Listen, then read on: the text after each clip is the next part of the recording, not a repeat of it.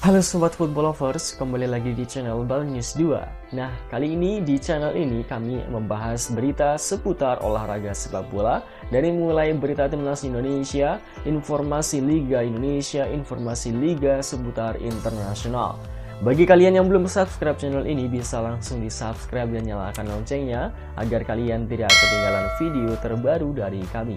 Baiklah, langsung saja kita masuk ke video pembahasannya. Menjelang latihan perdana, pencinta sepak bola tanah air sedikit bisa bernapas lega. Pasalnya, Tom Hey dan Ragnar Oratmangun dikabarkan ambil sumpah WNI pada 18 Maret 2024. Dengan begitu, keduanya punya waktu untuk segera mengurus kepindahan federasi dari KNVB menjadi PSSI.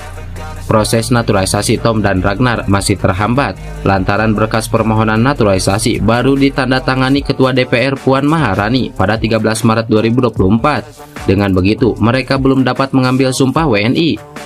Padahal, nama Tom dan Ragnar masuk dalam daftar 28 pemain yang dipanggil Sintayong untuk laga kualifikasi Piala Dunia 2026 melawan timnas Vietnam.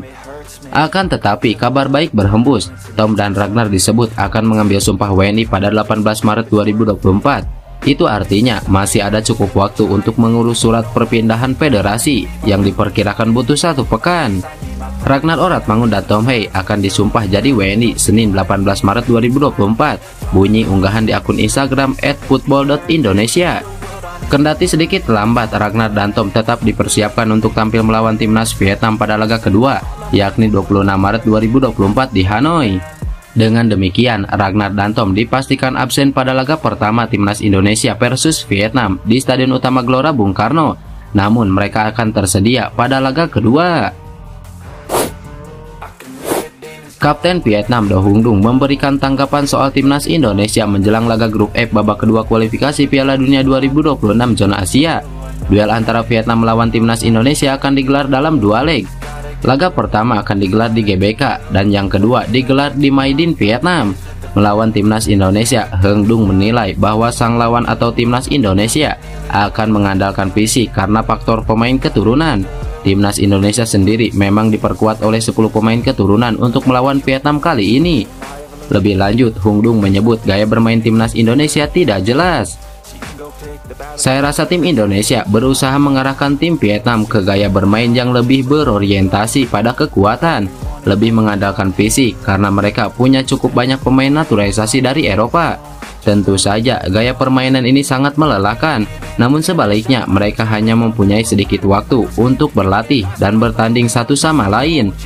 Sehingga sebenarnya mereka bukanlah tim yang terkoordinasi dengan baik atau memiliki gaya bermain yang jelas. Fakta bahwa mereka menggunakan kekuatan fisik dan mental saat bermain di kandang akan memberikan banyak kesulitan bagi lawannya, jelas Do Hung Dung. Bek timnas Indonesia Jay Ijes bermain selama 90 menit penuh ketika klubnya Venezia sukses mengalahkan tuan rumah Palermo dengan skor telak 3-0 pada Sabtu kemarin. Dalam laga yang digelar di Renzo Barbera ini, Venezia tampil dengan kekuatan penuh mereka. Ijes menjadi jenderal lini belakang Venezia dalam formasi 3-5-2. Venezia pun mendominasi penuh jalannya laga dan sudah memimpin 2-0 saat turun minum. Venezia melengkapi kemenangan mereka menjadi 3-0 berkat gol Christian Gizair di masa injury time babak kedua. Kemenangan ini membuat Venezia naik ke peringkat 2 klasemen dengan poin 57. Setelah membela Venezia di kandang Palermo, Ijes rencananya bakal terbang ke Jakarta guna bergabung dengan skuad timnas Indonesia yang bakal bersiap menghadapi Vietnam. Saya sangat bersemangat dan tak sabar untuk bertemu dengan tim. Ini adalah sesuatu yang telah lama saya pikirkan dan bicarakan. Jadi ini sangat istimewa, ujar Jay Ijes. Jersey timnas Indonesia terbaru bocor ke publik. Kostum perang skuad Garuda terlihat lebih simpel. Seperti yang diketahui, timnas Indonesia sudah tak lagi bekerja sama dengan Mills. Kini PSSI menjalin kesepakatan dengan Erigo lewat produk Erspo untuk memasok baju tempur serta latihan Pratama Arhan dan kolega. Kabarnya jersey timnas Indonesia terbaru akan dirilis pada minggu ini. Namun sudah beredar bocoran jersey skuad Garuda tersebut.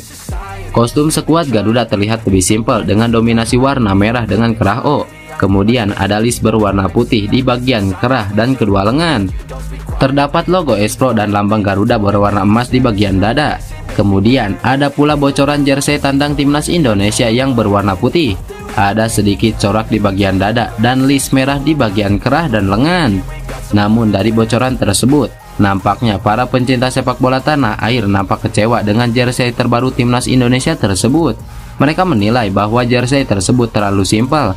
Bahkan banyak pula yang menyebut jersey tersebut lebih kepada jersey senam. Ada juga yang menyebut mirip jersey timnas Singapura.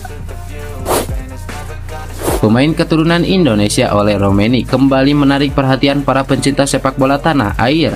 Sebab baru-baru ini pemain berdarah Belanda Indonesia itu ikut mengomentari unggahan pesepak bola yang tengah menjalani proses naturalisasi, yakni Ragnar Oratmangun. Seperti yang diketahui, PSSI tengah gencar melakukan naturalisasi pemain demi memperkuat timnas Indonesia secara instan.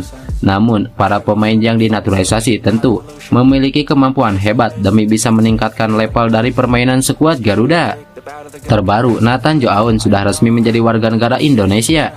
Selanjutnya, PSSI tengah membantu proses naturalisasi Ragnar dan Tom Hey, baru setelahnya Martin Paes.